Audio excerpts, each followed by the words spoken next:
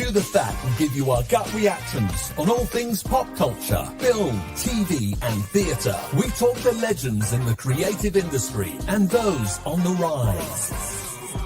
We gang old school. We do all of this, and a whole lot more. Like, subscribe, and get involved. Join Lance Steen, Anthony Nielsen, and the Outcast Creative. And thanks very much for tuning in. Earlier than we normally do our industry interviews on the channel, but as you know, I always adhere to the availability and the schedule of my guests. And boy, do we have an amazing guest today. I'm just going to bring in my co-host first, the Inside Man, who has worked with our guest in question on a couple of things. Excited to be reunited with him again.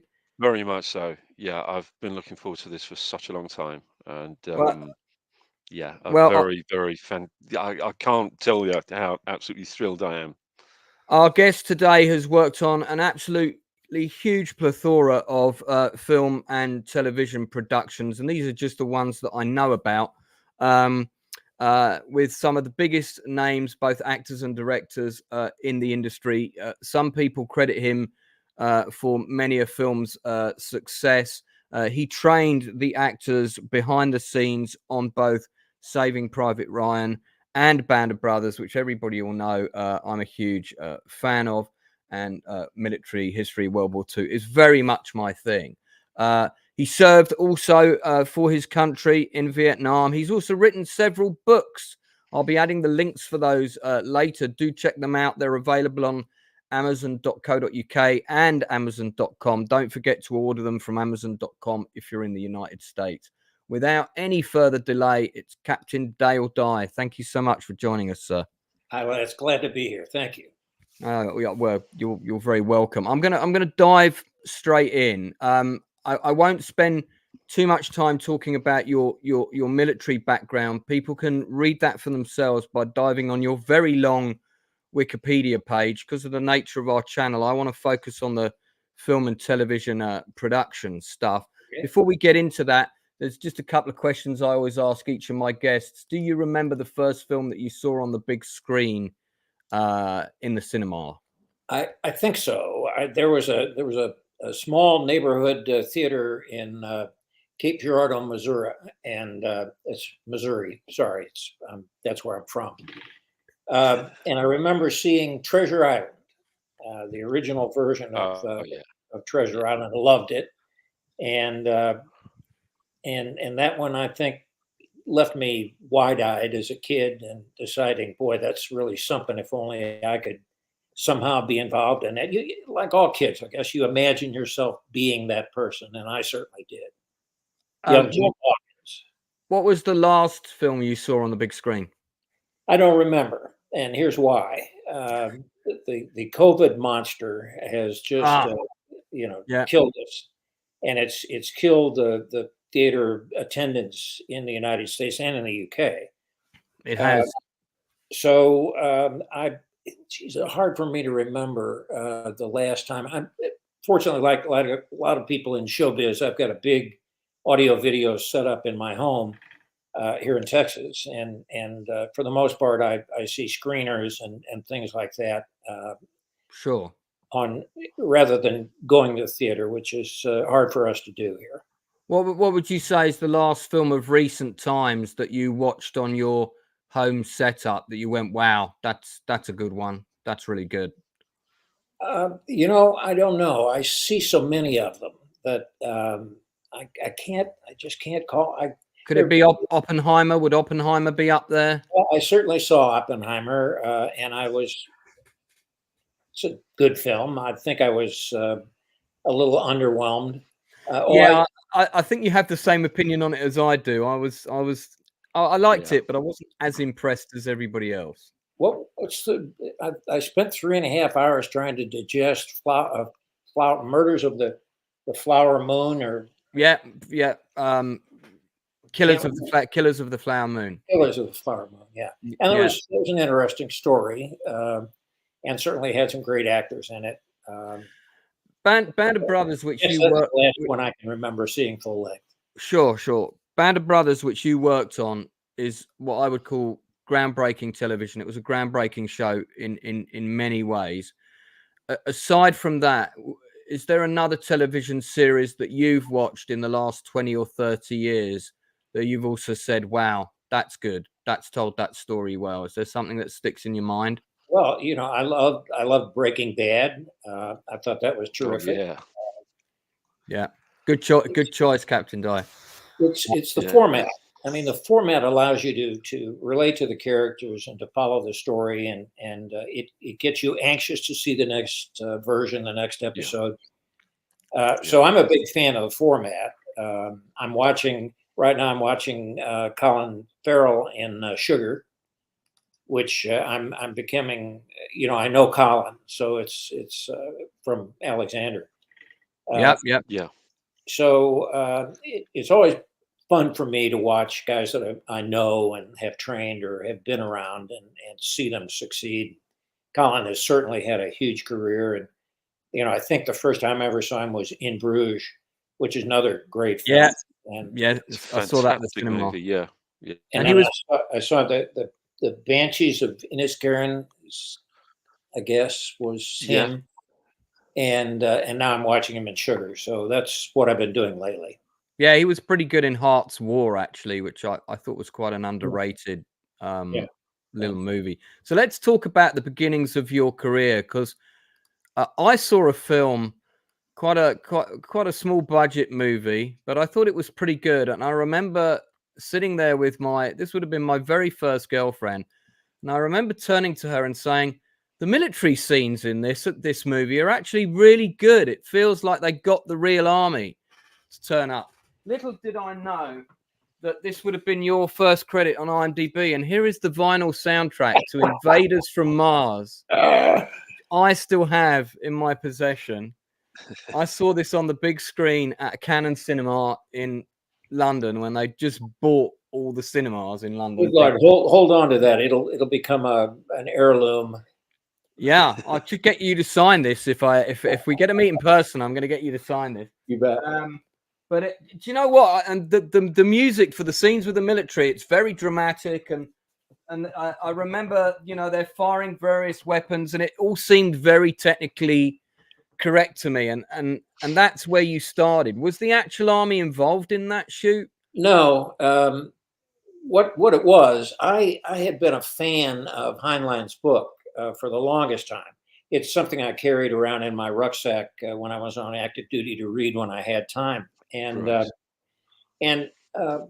so when I found out that Paul Verhoeven was going to direct a version of this thing, I was anxious to get on it. And I did everything I could to get myself in there, to see if I could kind of make it true to Heinlein's vision. And I did. I managed to get myself hired on the thing. And then what happened was that the producer said, look, all we know about the Space Force really is what's in Heinlein's book. And we need some background. We need to create this thing. So I was able to actually go in there and create the 8th Mobile Infantry and help design their weapons and help design their uniforms. Not that we did a very good job on either one of those, but right. But then they gave me this cast of men and women, and it marked the first time that I'd ever taken women to the field, and we had a great time with it. The unfortunate thing for me is that the director Paul Verhoeven had his own vision of what Heinlein was trying to do in Invaders from Mars. And you're talking about Starship Troopers. I'm talking about Starship Troopers. I'm sorry, you're talking about Invaders from Mars. Invaders from Mars was right at the beginning of your career. It was the first film you did under Canon. Okay, let me back up. You're right. That's all right. I was talking about Starship Troopers, and you're talking about Invaders from Mars. So let me go back to the beginning here. That's okay. I had been in LA for some time trying to sell my idea of how to make better military movies, and was not doing very good. In fact, I was hitting a brick wall And I ran into a friend of mine who I'd known in Vietnam, who was a storyboard artist. And he was working on this show. Unfortunately, he died recently, and I miss him. But he was the storyboard artist for Toby Hooper, who was Yeah. of Texas Chainsaw Massacre fame. And I said, look, I really need a job here. Can you somehow get me in there? Because I know that in Hooper's view, the Marines kill the Martians. And I said, look, you got to understand here, I have absolutely no compunction about killing Martians. I think that's great. And I think I can figure out a way to do it and make it rock and roll. So my friend went to Toby Hooper and said, look, you got to meet this guy, Dye. He's a friend of mine from Vietnam. And he knows all about the military, and he knows how to stage people. And they said, well, what kind of movie experience does he have? And I think they lied and told him I'd had some when I didn't. But that's normally how people get in at the beginning. There's usually a fib involved. Yeah. Sure. So I got hired, and I went down and got some U.S. Marine Corps Reserve Marines to come up and with their LAV-25 vehicles and to sort of help me out here. And because they were Marines, they responded to me as the captain, and we just staged this great tunnel assault, killing all the Martian bugs, and it was absolutely wonderful. Yeah, it's extremely well done scene. Yeah, well, I guess it was. It didn't do much box office, but what it did for me, and Toby Hooper was a big part of this because he was really kind to me, and he recognized very quickly that I didn't know much about how movies were made, so he was willing to kind of let me stand at his elbow and watch what he was doing, and I learned. I really went to school. I went to university, just doing a B film called Invaders from Mars, and had a great time with it. Okay, so I mean, it's not long after that you set up Warriors Inc. Is that right? Yeah, I think at that point it sort of renewed my faith. I said I'd been out there about a year and really hadn't been able to convince anybody that I had a better idea of how to make military movies. But when I got Invaders from Mars, I said, okay, I'll give it a couple of months more. Let's see if I can do this thing. I'm going to give it one more shot. In the Marine Corps, you are taught never give up. You do not fail. You must succeed. And so I had that in mind. And I had this little taste that Invaders from Mars had given me. And I said, all right, let me see what I can do here. And once again, I was still hitting that brick wall. I call it Hollywood hubris. At the time they felt that, am I talking too much? Do you want to say something? No, sir. You keep going. No, you keep going. Well, I called it Hollywood hubris. There was an opinion in the Hollywood establishment that nobody who'd ever spent time in uniform, especially longer than one enlistment, could possibly have a creative bone in his body, or he'd be out making movies or writing books or whatever. And I wasn't doing that at the time. So I was hitting this stiff resistance, and I was doing everything in the world I could to try to figure out how in the hell can I crack that wall? How can I convince them that I've got something that they need? The standard response was, look, we've made military movies for decades, and we've made millions of dollars doing it. And who needs you, this clown that spent half his life in uniform, and you're going to come in here and tell us how to do it better? So that was the attitude I was up against. And I was about to give it up. Invaders from Mars had convinced me I would stay a couple of more months and see if I didn't kill myself bashing up against a brick wall. And what happened was I had learned to read the trade papers. Here in the States, it's daily variety, drama log, that sort of thing. Mm-hmm. That I'd learned to read because I was trying to educate myself all along. How movies are made, who are these people, and how do they think? And I noticed a little blurb, I guess you'd call it, in a column in Daily Variety, and it said that a heretofore relatively unknown writer director by the name of Oliver Stone was going to do a movie based on his own experiences as a combat infantryman in Vietnam. And I said, whoa, if I can get to this guy, he'll get it. He'll understand what I'm trying to do and why I'm trying to do it. So through a series of events that I probably can't talk about because the statute of limitations probably hasn't run out. Okay. But I managed to get his home phone number and called him and got put on to his producer. And I said, look, if you just give me 5 minutes with Stone, I think I've got a message he wants to hear. And they reluctantly said, all right, look, he's in a studio. He's cutting, I think it was Salvador at the time he was cutting. Yeah, that's right. Yeah. With James Woods. And I said, just give me 5 minutes. And so they did. They gave me 5 minutes, and I got in there, and we kind of sniffed each other like a couple of strange dogs, and tried to see, whose bona fides were what. But he recognized that I'd had several tours, long tours in Vietnam, and he had too. And I just pitched him. I said, look, it's my opinion that young actors today, the kind of guys you want in your story to represent us when we were 18 or 19, have no military experience. They're simply parroting the last bad war movie they saw. They don't understand us. They don't get how we think, how we feel, what's in our heart, what's important to us. And those things are the meat and potatoes of bringing a character, especially a soldier character from Vietnam, to life. And he said, tell me a little about what you had planned to do. And I immediately cobbled up in my mind, came up with a training schedule that anybody who's ever been in basic training, whether it's in the UK or in the US or any place else, would immediately recognize. The business of reducing them to the lowest common denominator and building a unit up from the ground. And he got that immediately. He said, yeah, I get that. Well, let me talk to you. I got to get busy here. And so that was the end of it. And I went home and I said, well, look, I've probably screwed the pooch here. He's not going to call me. And about a day later, he did. And his producer called me and said, look, Oliver wants a second meeting. We had a second meeting.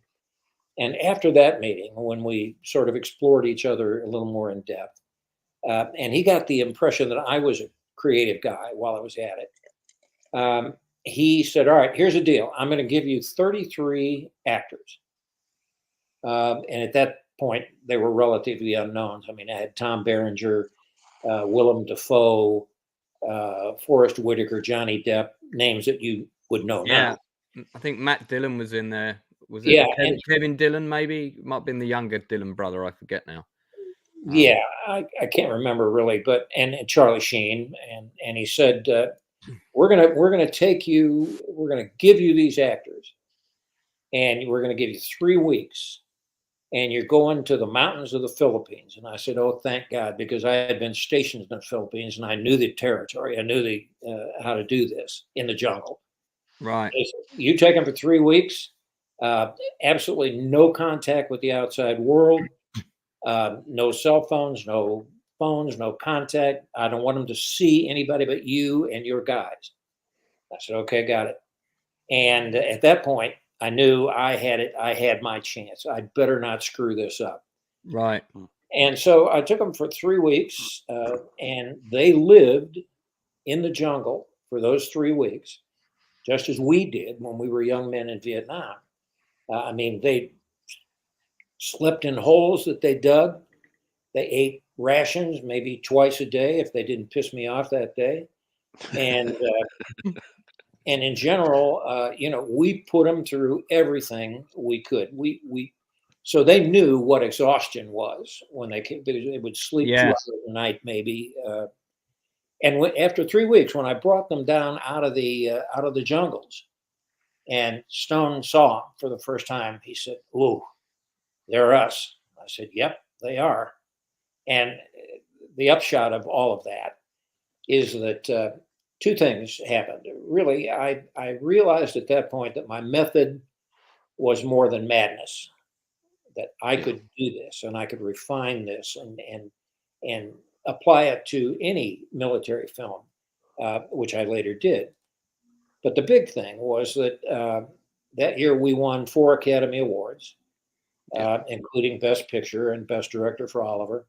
And he was kind enough, considerate enough at the Academy Awards to have me stand, and he recognized me as being a major contributor to the success of the film.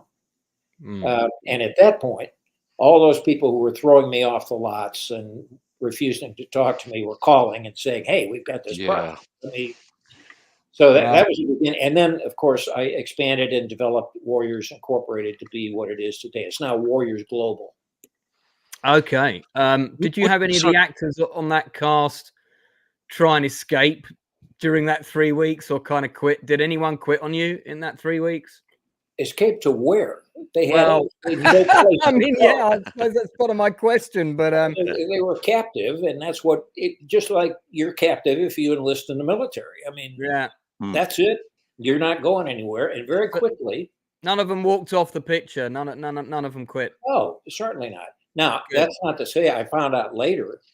I think Oliver told me later that I had written a sort of a military style, "You're drafted, welcome aboard" letter to the actors that he was going to cast, and he did tell me later on that a couple of them, I can't remember the names right now, but a couple of them, their agents, their representatives, saw that letter and got a hint of what was going to be in store for them, and they dropped out. So he had to recast after they had read that letter. Well, I've got a blueprint of the training document here that you did for Saving Private Ryan. Yeah. In fact, this is an original copy, which I may have to sell on eBay shortly, as I've just had a really high utility bill come in. But you've got a very similar letter to that here, dated 1945. People can see that, and that you're sending to the cast members. And I kind of like this. It's that it's the immersion idea. You are going back to the 1940s, because I remember when we were prepping Pegasus Bridge, the film that didn't happen, but we had a load of the people cast already. And I said to them, when you're on set, between takes, I don't want to see any of you on your mobile phones. I don't want to see anybody on a phone at any point from the time you arrive on set until the time we do the last take, because I want you to believe that you're in the 40s. That was actually really important to me, and it takes them out of it. And you know, I know they can say, well, I'm an actor, I can turn it on, and I just feel this is a really important part of that process. If you're going to do due diligence to the people that went before you, that actually gave up their lives, then we've got an itinerary here of the 10 days training that you're going to put them through. There's a list of the equipment for each man. It's a pretty long list there, entrenching tools and magazines and so forth. And then it's 10 days, 8 days of which they're going to be sleeping out. And we've got a typical day here, breakdown of the schedule from the beginning and end, including chow in the field. So, you know, pointing out to them clearly, you're not going to craft services for your lunch. You're eating in the field. Yeah. I like this one, 4:30 grenade drills. I like the way that grenade drills are at the end of the day, just in case anything goes wrong. Better not to have them at the beginning of the day. And then it goes right into the night. It's like area patrol and orientation between 1900 and 20 hours. So I understand there's quite a well-known story, and I mean, I guess we don't have to regurgitate it too much, because you probably talked about it no end already, that some of the cast on, and I can guess which ones on Saving Private Ryan, kind of rebelled against this a bit. And it was Tom Hanks said something pretty similar to what I just said. If you're going to play the people that gave up their lives on this beach, then surely you can do this for a week or 10 days. Was that Yeah, the substance of it? Yeah, that's the substance of it. We ran into some typically horrible British weather. Oh, well, that's, And I mean, yeah. it's pissing cold rain and mud up to your knees.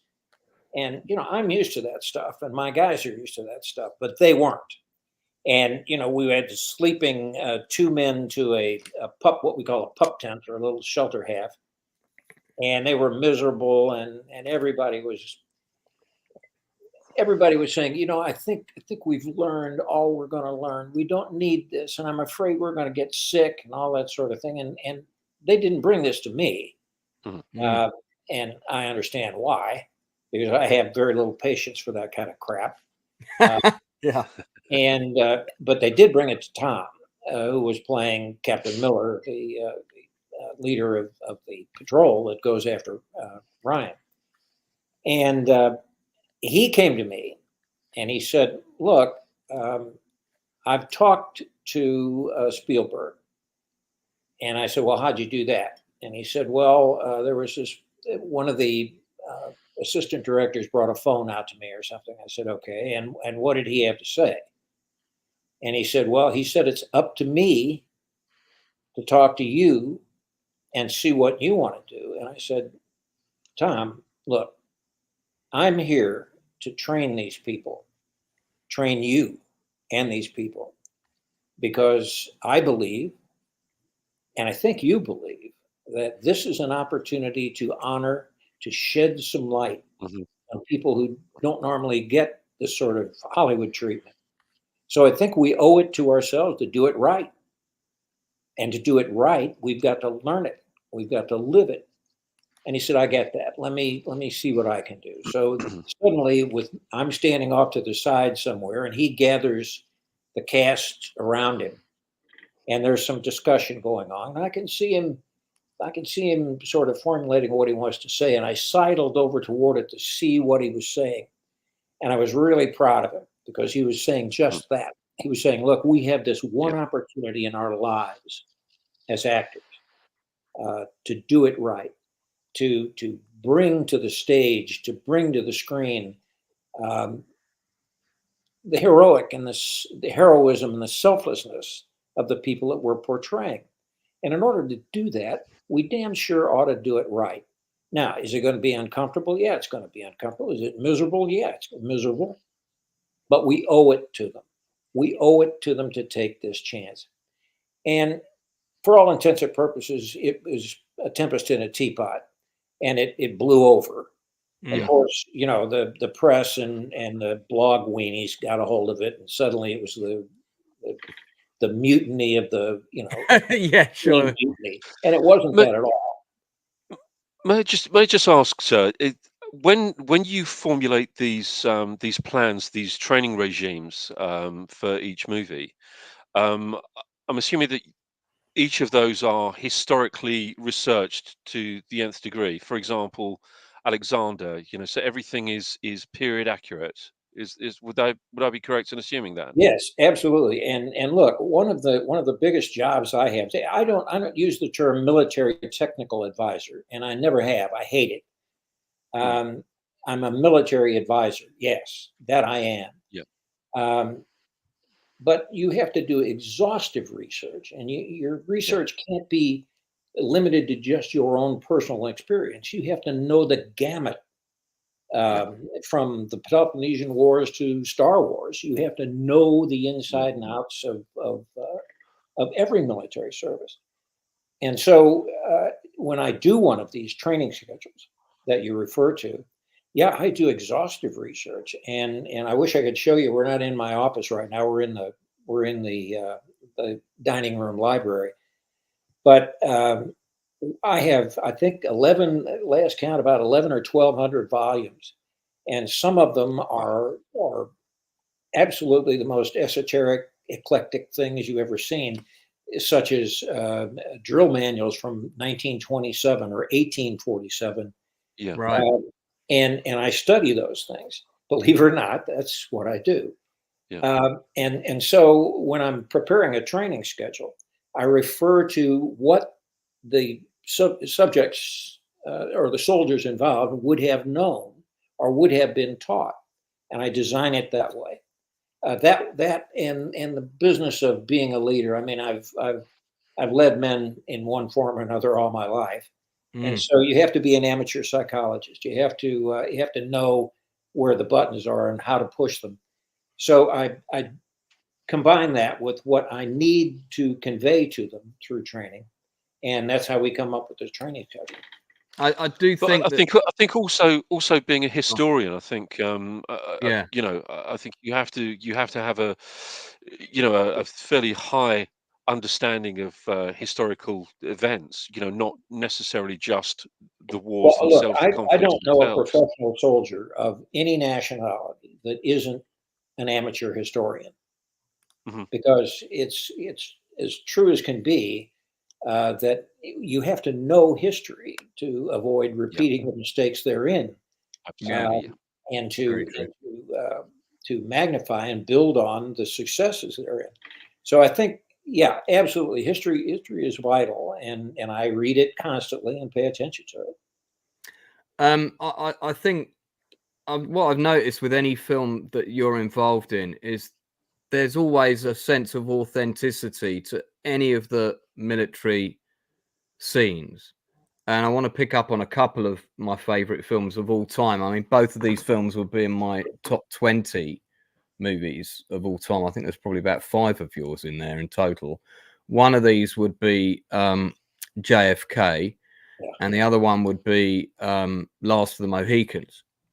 And I remember seeing on the extras of my DVD of Last of the Mohicans, there's footage of you training the British soldiers by the recreation of the fort. They built that massive fort set. Yeah, Fort McHenry. Is there a difference with working? You know, Steven Spielberg's films have got a certain visual aesthetic. Michael Mann, again, certain visual aesthetic. Oliver Stone. These are 3 huge names in Hollywood, all auteurs in their own right. Is it business as usual when you come to those projects, or is there something that needs to be tailored in addition to your own research? I'm talking about. Do you need to tailor your way of working at all to these auteurs in any, or do they work around you? No, I try not to change what I'm bound to do for them, what I believe I should do for them, and I try to explain that to them. If they have problems with it, I want to know what those problems are. I want to get behind the director's eyeballs and see what he's got in mind and train to that. And that's generally the really good directors are like really good actors. They're concerned not only with the visual imagery, but with telling a story, and they want that story to be accurate. They want it to engage audiences because of its accuracy. In the case of Last of the Mohicans with Michael Mann, Michael is a tremendously detailed guy. And when we began our discussions, he said, "Look, no detail is too small. I want you to get it right." And hell, I ended up going to the Imperial War Museum down on Lambeth Road in London, and Yeah, been there many looking. times. Yeah, I looked up the drill for loading and firing the brown vest. Right. There's 13 steps to that, which I knew how to do it, but I didn't know there were formalized steps to it, and there are. And I was able to get that information and bring it back, and then incorporate that into the training that I probably saw some of the video for. Yeah, and I mean, because there's 2 very distinct sections in the film where, like a section of the British, they immediately form into that line, sort of formation. One during the ambush in the glade, which is the huge ambush, and there's a small section of them that do that there, and then there's also the ambush with the Indians early on, which Hawkeye comes along and saves them from. Going into, would it have been Saving Private Ryan? Would that have been the first time that you met the late great Alan Tomkins? Yes, I guess it was. Alan Tomkins has. God, I'm so sorry we lost him because he was absolutely brilliant, and he was one of the guys that let me. I for years. That's from his Yeah, funeral, which I attended, and yeah, they produced such a nice book. I think there's a Wonderful, picture of you in man. here, actually. Wonderful man, and he was a designer and a production designer, and Alan was also an avid historian. And Yeah, I think we connected in that regard. And I would go to him constantly and I would say, show me what you're doing, show me what and I think finally he said, this guy is interested and maybe I should teach him. And Alan became a mentor, really. He took me behind the production, where I'd always been worried about what was happening in front of the camera and how are the actors doing and are they prepared and ready and in the right mindset. But Alan was he knew movie making and he knew history and he would take me through that and he would explain things like colors and why it needs to be this color when I would say no, it should be that color. And he would explain the visual communication arts to me, and he was so brilliant at it, and yeah, he knew it all, and he was willing to share it. yeah. He gave me such a ton of stuff, everything from sort of design schematics to gliders to and was showing me all the behind the scenes bridge too far things. I didn't even know some of the planes on Band of Brothers were cutouts Oh until yeah, until Alan. that was Alan. He designed Yeah, that. He figured that out how to make it work with the Yeah. camera. Yeah. yeah. I mean, it's just incredibly Do you effective. remember? Do you recall, sir, when we did? I think it was part 4 of Band of Brothers. Mhm. It wasn't just the cutouts of the aircraft, but we also had actually cutouts of an aircraft hangar, if you recall. Yeah, yeah, and that's studying it. Alan knew how to make it look real. Mm, And I would look at it and I say, "Well, that's gonna be silly. They'll see that." And then he would show me in the camera. He'd stick a lens up there and say, "Look at that." I yeah. said, "Oh, you're right, Alan. Absolutely. Of course you're right." Yeah, I remember that. Yeah, yeah. I mean, they're quite extraordinary, and of course, he was quite an incredible world builder, wasn't he? I mean, to walk around those sets over at Hatfield Studios, I can imagine. I mean, it was very, very immersive for everybody who was involved with playing their respective roles in Easy Company or the Germans um, and he kind of created that world for us to play in, Yeah, in he essence. creates the toy box and we get to go in and play in it. And he was so detail oriented. He would see things that I absolutely ignored. It just went right over my head. And Mm, he'd say, "You know, I think this painting." So what painting? I don't even see the damn thing. And he said, "No, this one." And he would somehow he would know that the camera was going to pass that, and he wanted it right, and he'd go in there and fix it. yeah, yeah. I mean, talking about Band of Brothers, as you'll remember from my email to you, one of the cast stayed with me during filming who played McGrath, who's the guy who fires the bazooka in Right. episode 3. Yeah. And he was quite pleased that he'd got out of the training section of that most people had to go through. And then he told me on the first day he was there, he was on the parade ground, and when you did the things with the rifles, he dropped his rifle and it went flying across the tarmac. And Oh, apparently you chewed him out some. Do you remember that? Yes, dropping a weapon is a cardinal sin and not something yeah, I'm likely to forget. So, but what I thought was most interesting about that was, yes, I chewed his ass, and he had to stand there and take it because there was just no place else for him to go. And lectured him about respect for the weapon, and the weapon will take care of you. And why are you being such an idiot? And and I thought I did a pretty good job of letting him know that he'd made a mistake there. But what impressed me about that incident, and I didn't remember it until you brought it up, was that the better job of bollocking, if you will, Yeah. English term, was the guys who had been through training. They were all over him. Right. You got to Yeah. know we don't do that kind of crap in this outfit, and Yeah. they tore him up. So I think if he ever had a bad day on the set, it was probably that day. Yeah, I mean, well, he did come running back to me one day and said, "I blew up a tank today. You would have loved it." And because I had all these tanks on my shelf, and I said, "Can you tell me which one it was?" And those tanks were built for you by another friend of mine who also would have been working on Pegasus, called Stephen Lammonby. Do you remember Stephen Lammonby? I do. I talked with him when I was last in UK. Doing Masters of the Year, I talked with Steve for quite a while, and he's brilliant about armored vehicles. I'll say that.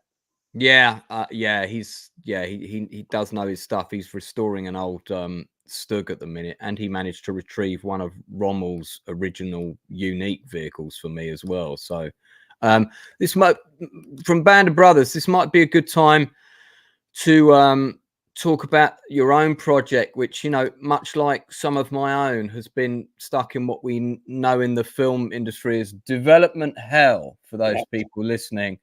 And I've been asked this question so many times, like, "Oh, how come Dale Dye's project, no better place to die, is taking so long? He's best buddies with Tom Hanks and Steven Spielberg. He must be on Tom Hanks's island in Greece all the time for lunch." And, you know, and I'm sort of, I think they have a misconception about how funding works, the general public. So I have tried to explain to them the difficulties you might be having with this.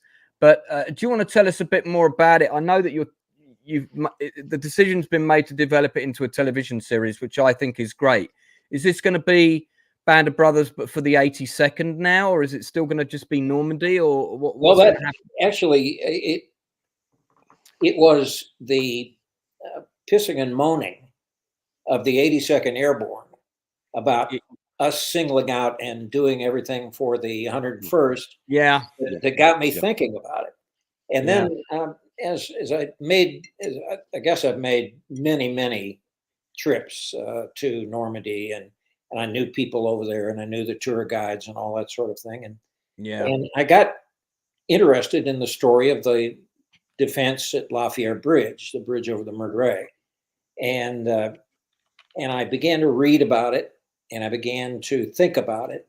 And I said, well, listen, if the 82nd needs a miniseries treatment, this is it. This is what I should do. Yeah.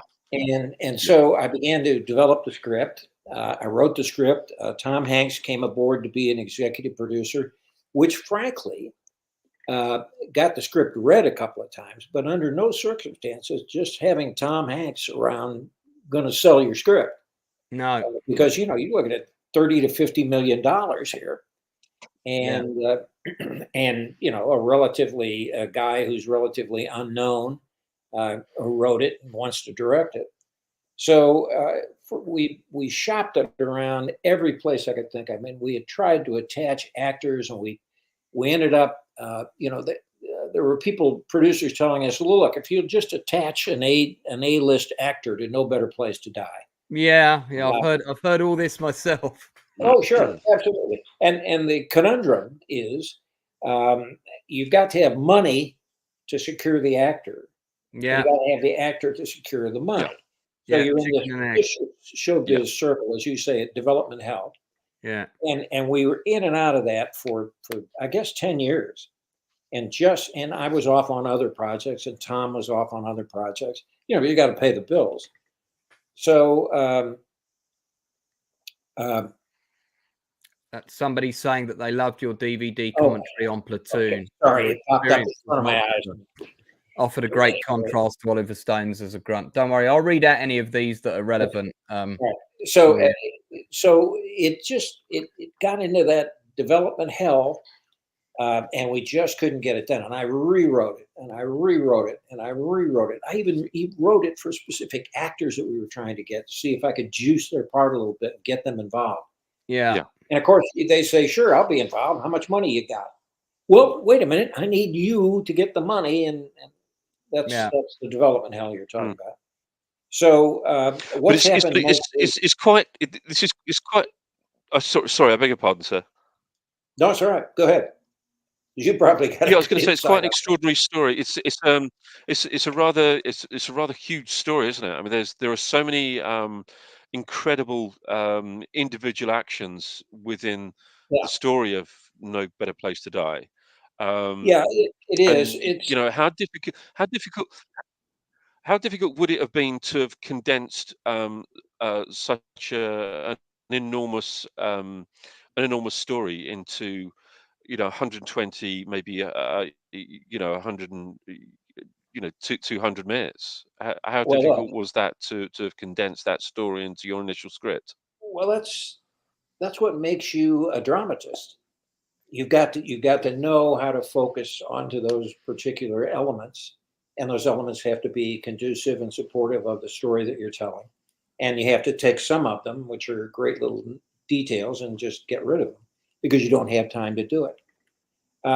Now we have, so that's really the business of being a screenwriter. That's what you've got to do, and I am one. So that's where I am at this point. We have decided, and I think Lance made a reference to this. We've decided, given the success of streaming, Band of Brothers, The Pacific, Masters of the Air, this is how we ought to go at this. We ought to make it a limited run miniseries. So when you guys will leave me alone for a couple of minutes, I'm in the process of actually writing the opening script, episode 1. And I have an outline of 10 episodes. But the neat thing about that, as it relates to what the Invisible Man had to say, or the Inside Man, sorry, is that when you're doing 8-10 episodes, you've got time to get at those little details. You don't have to disregard them like you do in a 120-page script. Yeah, so I'm really excited about it. Tom is still attached as as an executive producer, and so we'll see how it goes. What we're hoping is that when we pitch it as a miniseries, and you make reference to things like Band of Brothers, you make reference to the Pacific, you make reference to Masters of the Air, that will renew some interest, we hope. Yeah, Masters of the Air was something that we were all really looking forward to. Quite a few of my friends worked on it. We did a week-by-week review of it on this channel as it dropped, and we loved the I think there were 2 episodes that were absolutely outstanding television, absolutely fantastic. But then my biggest criticism of that show, and I mean, listen, if you can't offer comment on it, that's completely fine, was it lacked emotional tissue with the characters. I couldn't, I mean, I can barely remember anything about them now. And I'm a massive World War II nut. I'd been waiting for the show for a really long time. And it didn't feel like it had the Hanks Spielberg stamp. It felt more like they were very, very far away from it, and there were a lot of other hands on it. Would that be a fair assessment of what we ended up with? Is that it's a fair assessment. And look, we didn't make this for HBO like we did with, they passed on it because of the cost. But the people who picked it up weren't necessarily experienced or simpatico with World War II stories. So there was a problem there with Apple Plus. And there was also, it was inordinately expensive with all the computer generated imagery and that sort of thing that had to be done. And it had to be done so that it wasn't cheesy. Plus you had COVID, of course, which and then you guys went bull goose spastic over. I think everybody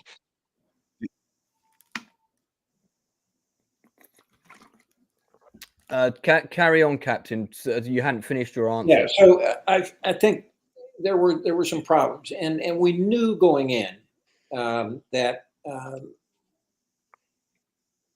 it was a lot of face acting involved. There were too many characters. We didn't want to redo Memphis Belle, but maybe we should have reduced the number of characters that we were trying to get to. The 100th Bomb Group. Hell, if we'd have just cut it down to one of the squadrons from the 100th Bomb Group, we'd have spent more time with characters. But I think we were stretching too far, and I think we stretched too far with the Pacific. Frankly, we were trying to deal with characters in 3 regiments of the first. Yeah. And here we were, an entire bomb group. In each airplane was a crew of 10 or 11 men. We didn't have time to spend with them. And what time we did spend with them, they were wearing oxygen masks above 10,000 feet. So there's a lot of eye acting and face acting that was going on. And I think we got wrapped around the technical axle, frankly. We somehow came away with the real story is the airplane and not the people who fly the airplane or who crew the airplane. And there were a number of instances. I don't want to seem like I'm tasting sour grapes here, but there were a number of instances in which I said, we're getting away from the human story here. And everybody said, oh, wait, we're going to get into the POWs and then it'll be all human. It's too late then because we don't care about them. Yeah, we made the exact same observation as that, sir. It has to be said. And I mean, by the time we got to the POW camp, I mean, particularly with the Tuskegee Airmen storyline, that was so shoehorned in, and I just thought, well, it was shoehorned in, and yeah, and I mean, I loved the TV movie. I have the DVD of that about them, which is a very good film. Ask yourself why it was shoehorned in. Well, it was a box tick, I imagine, for money or for Apple. No, it wasn't money. Right. Does the term woke mean anything to you? Yes, it does. Yes, of course. Right. Yeah. So, I mean, yeah, a lot of trend pandering and so on. I mean, they deserve a mini series of their own. Sure. So many. Yeah. They'll try to shoehorn them in the story where they have no connection whatsoever with the primary element of the story. Yeah, because they didn't even work in that theater. I mean, by all means, have them in the POW camp as a couple of characters to show that, yes, they were there and they were black airmen, but it really wasn't the story about them. And that just took time away from the other characters. And well, we won't dwell on that, but we dissected it to pieces. We did, and we tried to be really constructive and certainly did talk about the things that we liked. I want to go back to JFK because while we've got you here, I feel like we have the opportunity to find out who killed Kennedy, and I don't want to miss out on asking you that question, because again, the military stuff in this, and you played General Y, of course, and I remember when I went to see this at the cinema, and this is possibly like one of the most evil characters you've played with the less dialogue ever, and he has this, he imbues this atmosphere of moving forces behind the scenes, powerful forces that are embedded within structures of government who actually make the key decisions, not the people that get elected to office. That was what he represented to me. And also the person who is at the beck and call of the business interests like Bell Helicopters and all of those people. Because my favorite scene in JFK is the sequence with Donald Sutherland, where the whole thing is talked out and they're walking through, and that you appear in quite a lot of that sequence with the various montage. And I think Donald Sutherland says something like, it all starts with a phone call to General Y, and then we see you on the phone. We're going in the fall. We want you to arrange something. I can do that. See, I remember this scene really well because it's masterclass filmmaking, this sequence. How did Oliver Stone present this to you, and did you have your own theories on what happened that you brought into him, and then did you present the ways? I'm interested to know your input here and how that meshed with his.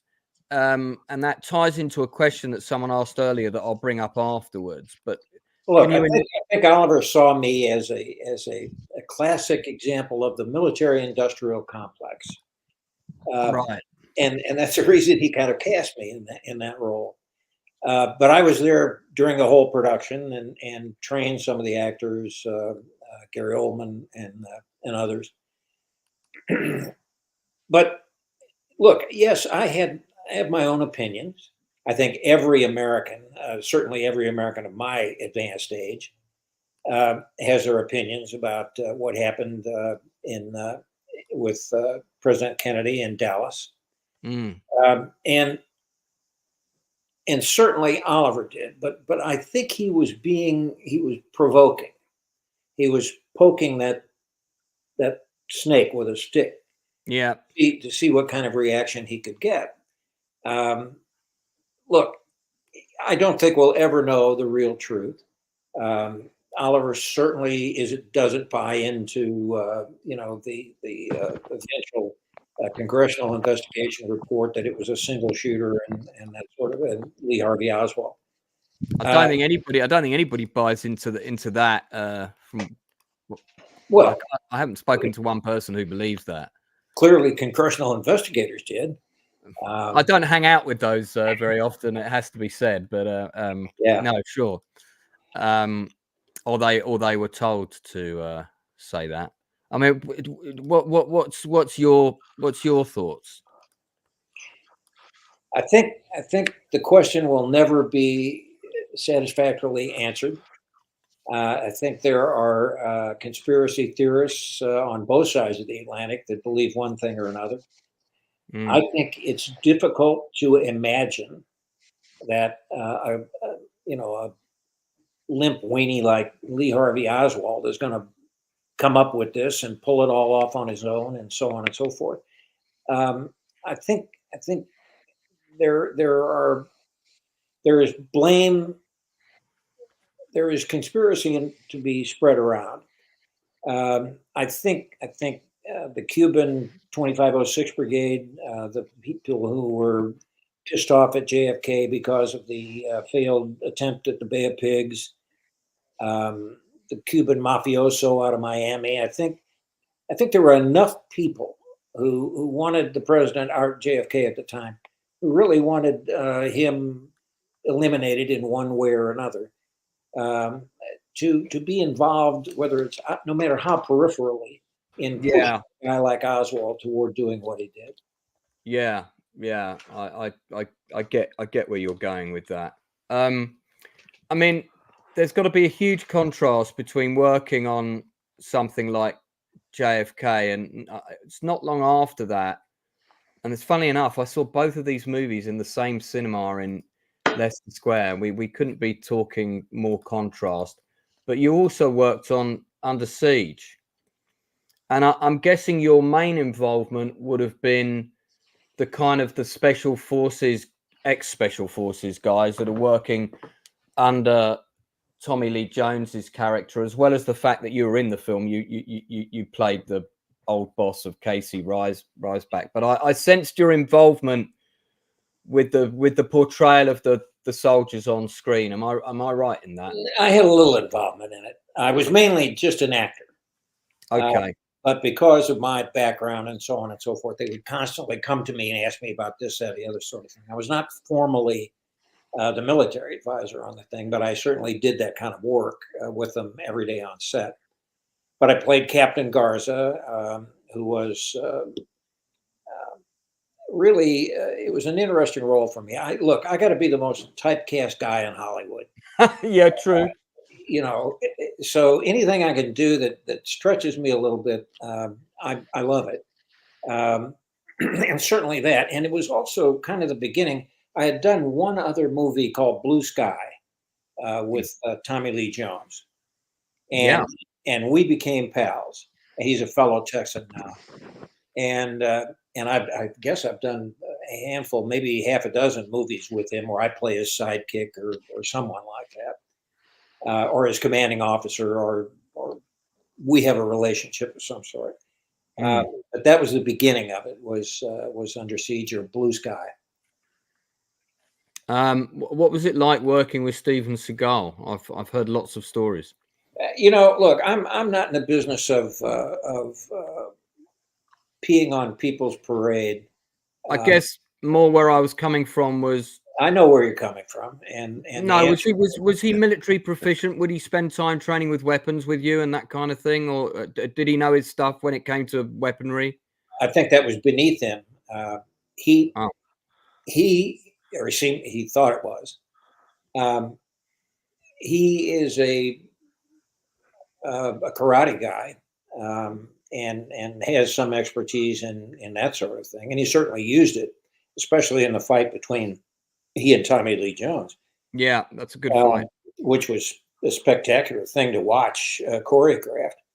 But I think, look, there is such a big ego involved that coming to somebody for help on something that you should know, if your backstory is true, is a difficult thing for some actors to do. Yeah. Okay. So you also worked with Sam Jackson and Tommy Lee Jones on Rules of Engagement. I did, yeah. Yeah, which were you involved in any military training on that? Oh yeah. We trained. We shot in South Carolina on that one. It was Billy Friedkin. And Billy, God bless him. We've lost him last year. Yeah. You did the Cane Mutiny with him as well. I've actually been watching that today. I'd be on camera, so not only did I help him with the script and that sort of thing, but he wanted me on camera. Yeah. So we shot in South Carolina in some of the swamps, and both Sam Jackson and Tommy Lee Jones were too old for the part they were playing in the Vietnam sequence, and they knew it.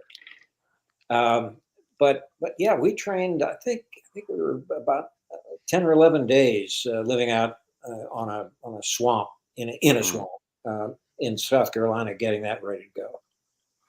That sounds a bit like the movie Southern Comfort, which I've got on the shelf behind me. It was actually quite an interesting movie. It's it was, I think, the first movie from William Friedkin that I kind of wasn't expecting it to be quite like that, because he had a very, very kind of particular sort of style to his movie making, and this is quite a departure, I thought.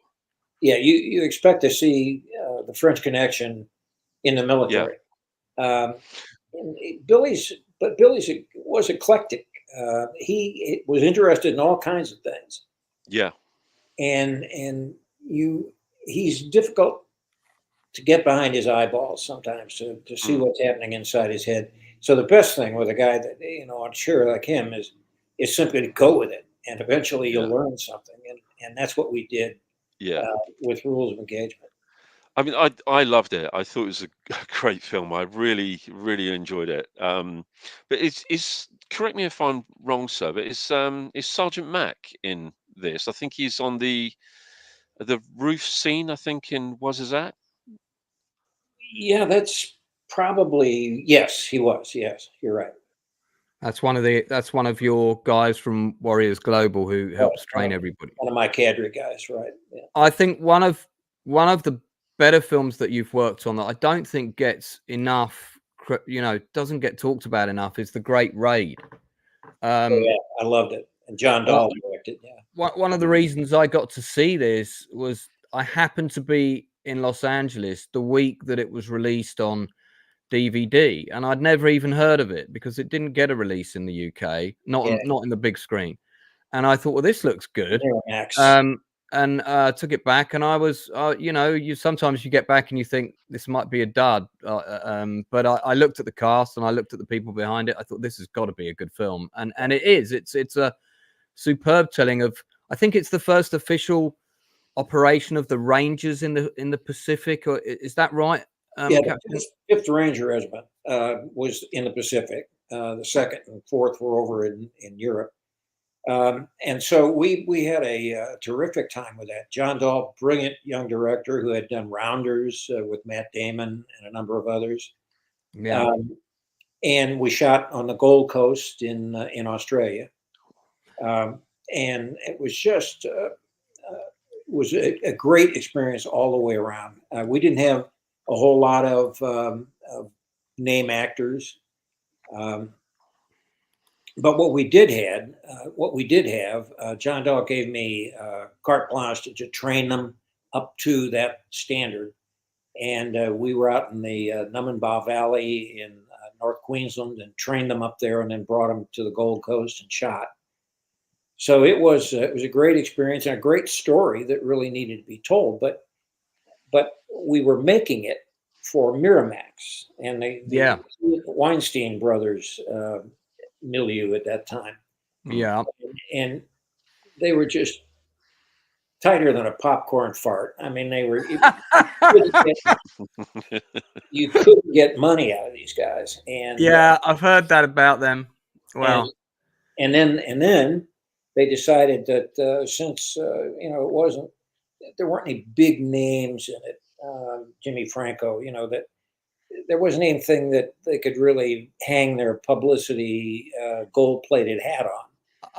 And so we didn't get promotion. We didn't get anything. We were lucky to get out there at all in a few theaters. I think that's quite typical of producers' approaches to historical material. I mean, at the end of the day, if you're making a film about the siege of Troy, let's say, the biggest star that you have is the name Troy. If you're doing a film about, the Battle of the Bulge, and it's a new epic telling of the Battle of the Bulge, that would be great. I'd love to see that. Not shot in Spain, preferably. Then the big selling point on the poster is that it's Battle of the Bulge. That's your A-list star, because there are people that will go and see the film just because of that. And not if you're a producer, though. He doesn't know doodly squat about the Battle of Bulge, and he doesn't care. No, I know, but who's the star that's going to get butts in the seats? That's the hero. Yeah. I think in terms of talking of this, I think in terms of overlooked theatres of war. I mean, I've always thought that Korea has been grossly overlooked in cinema.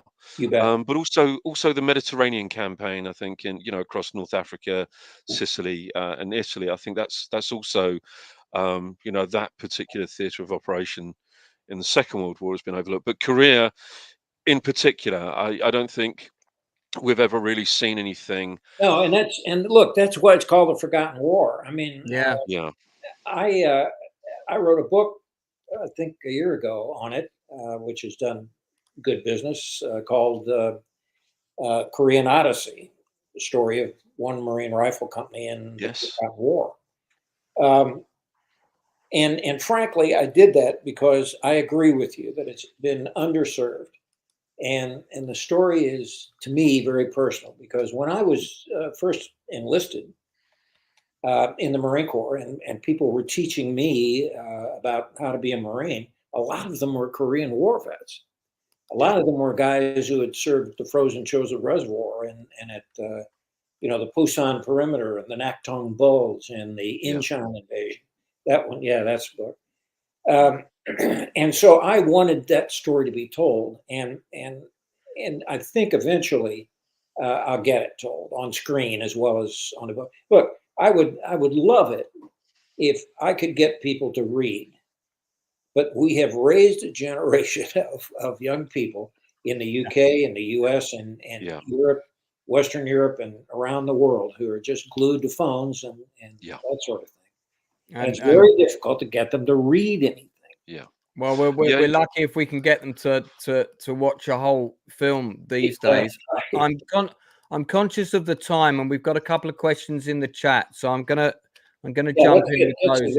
I've got about 10 minutes, and then I'm very conscious of that, Captain. So Dan Candy wants to know: did being an officer and Oliver being an enlisted man, so he's talking about Platoon here, ever come into play with your interpersonal relationship on set? Let me say a couple of things about our interpersonal relationships. Sure, please do. On the set, the crew referred to Oliver Stone as Ho Chi Minh, and to me as John Wayne. So there was always that. There was always that thing. And clearly, we're from different parts of the political spectrum, but we love and respect each other. So that people can get along that are of different. I think that tells us all we need to know about that. But, well, let me just address the direct question. Go on. Here's the thing. Yes, I was an officer, and yes, Oliver was an enlisted man, but I was an enlisted man in Vietnam. I'm what's called a Mustang in the American forces. I was 13 years in the enlisted ranks before I got my commission. So the I'm an officer, you're an enlisted guy, that didn't come up because we both had that perspective. Okay. This is an interesting question from Judy Hops, who, by the way, is a massive fan of yours. Okay. She's mentioned this to us before. I think she's the daughter of somebody who served in the British Armed Forces. Yeah. Captain, you're amazing. It's such a fact that I'm willing to spend £10 to let you know. My question would be, what is your favorite and least favorite war movie cliche? Good question. Listen, first of all, thanks for your £10. I know how hard it is to come by these days. But there are so many cliches. I mean, one of the things that gets me, because I've experienced it, is the business of when a person gets shot or hit with shrapnel, and they die. There's a tendency on the part of stunties and guys who usually wear the squibs and get hit. There's a tendency to do the funky chicken and fall down and scream for mama and all that sort of thing, you know. Yeah. And no, that's not what happens. I mean, when a person is hit mortally and falls, it's usually like if you take a marionette and just cut the strings, down they go like a wet sandbag. Yeah, right. So that one bothers me. There are the bottomless magazines for weapons bothers me.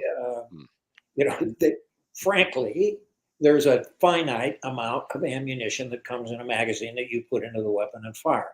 That bothers me. What bothers me is hand grenades, for instance. There's a tendency, a hand grenade is a small hand weapon that detonates and throws shrapnel. But there's a tendency to want to put flame in them. So it looks like a nuclear device has just gone off. Yeah, that's like Roger Corman hand grenades. Dirty dozen. Just the business of high explosive. There's no flame in high explosive. It's a dark boom puff of dirt and Syntex or whatever's the explosive filler is that goes. And there's maybe a flash at the center, but there's no big ball of flame. But that cliche, so many directors and producers want that cliche. So those things bother me. And what was it? Throw the question up again. Well, it was the ones that bother you, but the cliches in war movies that you actually quite like. Well, look, I would have to restrict myself to mainly the movies I've worked on, but because I try to make sure that those cliches, those positive cliches, aren't hackneyed and are presented properly. But take a film, for instance, like I don't know if you've seen The Bridges at Tokyo Reef. Tokyo Reef, yeah, I have. Yeah, and everybody gets killed in that movie, pretty much. But the point is the relationships between the enlisted people and the pilots who are flying and people who are working on airplanes. Those sort of relationships they got right, and I love that when they get it right. Look, we as military people, we're a strange breed. I get that. We think differently and we feel differently and we react differently. That's the reason for the black humor that Lord knows it's prevalent in British forces, and it's certainly prevalent. Oh no, indeed. Do you have a favorite war film that you haven't worked on that's like your go-to war movie that you'll probably watch once a year? I mean, Bridge Too Far is mine. Yeah, okay, but that's talk about overdoing. They certainly did, but I favor a little war movie, black and white, done by Sam Fuller, who was himself a World War II infantry veteran, and it's called Steel Helmet. Good movie. I've seen it. Yeah, I've seen it. That's classic. Yeah. That's and when I'm looking around for what to do right for cheap, because I think that whole thing only cost $250,000, $250,000, all they had. Yeah. My God. But the performances are just brilliant, just sterling. And every time I need a little inspiration on how to write something or how to or what kind of actor to get to portray a role, I think of Steel Helmet by Sam Fuller. Yeah, very good. So, talking of your writing, sir, I was going to ask you about your Shake Davis books. I've just finished reading The Louse File last night. Just finished the first one, and I have the others on order. So, can I just ask you a little about what sort of inspired you to create this character, and is there anything of Shake Davis that comes directly from you, or any of you within that character? Well, look, I'm like any novelist, any writer. All of what I write somehow comes from my experience or my observation. But the direct answer, inside man, is that Lee Child. I'm a huge fan of Lee Child's work in the Jack Reacher series. Yeah. I've got them all back over here in one of my shelves. And he did such a magic job with creating that character. Yeah. And I got to thinking about it. I said, I need to do that. I can do that. I'll just make the character a little bit different from Jack Reacher and give him a little more vulnerability, give him a little more of Dale Dye backstory, and see how that works. And it's just been magic. I think there are 10 out there now, if not 11. Oh, right. Okay. And it's just met with great. Interestingly, it's very popular with active duty troops. I think they're easy to read, so they order them up and off we go. Yeah. Two things I want to give a shout out to, because I am conscious of the time, and I know you've got to get back to script writing, and I know what that's like. One is our good friend, the Critical Drinker, just wanted to say, Dale, massive fan of your work and everything you've done in the industry. A great many war movies have been hugely improved by your presence. This is the #1 film critic on YouTube that's telling. He's got 2 million subscribers. Oh, terrific. So Drinker, and cheers.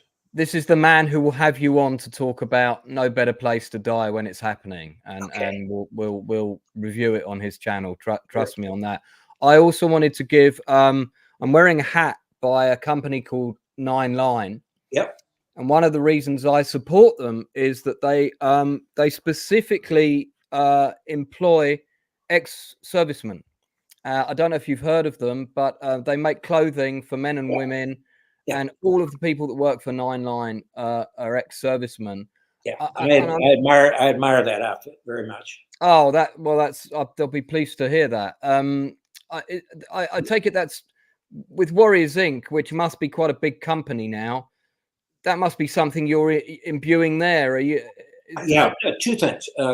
Warriors Global is an umbrella company that involves movies, television, publishing, and a number of other things I can't recall right now. That it's beyond me. But yes, we hire veterans. We hire them at one point. I think we had upwards of 15 people that work for us, but we've kind of reduced staff because, frankly, there's not that many movies being made that we can work on, and so we hire and fire, and we're sort of the cadre, we call them, grows and contracts depending on what we're doing. Sure. Well, I think we should wrap it up there because I did say 90 minutes, and I know you've got to get back to writing. I really hope we can have you back though, because I'd love to hear more about No Better Place to Die when it's further along. Yeah. If I may, before we actually wrap, I really need to extend my personal thanks to you, Captain Di. The experience that I had on the 10 months worth of shooting on Band of Brothers was extraordinary, and it was yourself and Lieutenant Stokey and Sergeant Farnsworth and Sergeant Budd that really made that experience exceptional for me. So many of us that have worked on Band of Brothers, and I'm still in touch with many of them, we all feel exactly the same way about yourself and the rest of the cadre that you employed for Band of Brothers.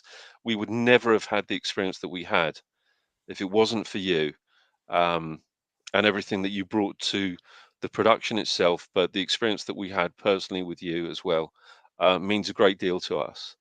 And I can say that from the bottom of my heart and with all sincerity from everybody that I know that I'm still in touch with that worked on this show.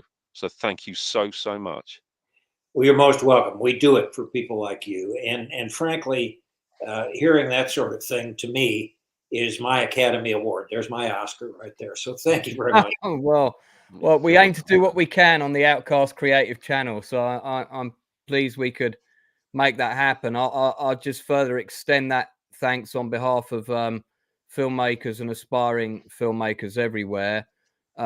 We're here to teach and encourage people on this channel, and I can just see from the comments that are coming through in the chat how blown away people have been by this interview.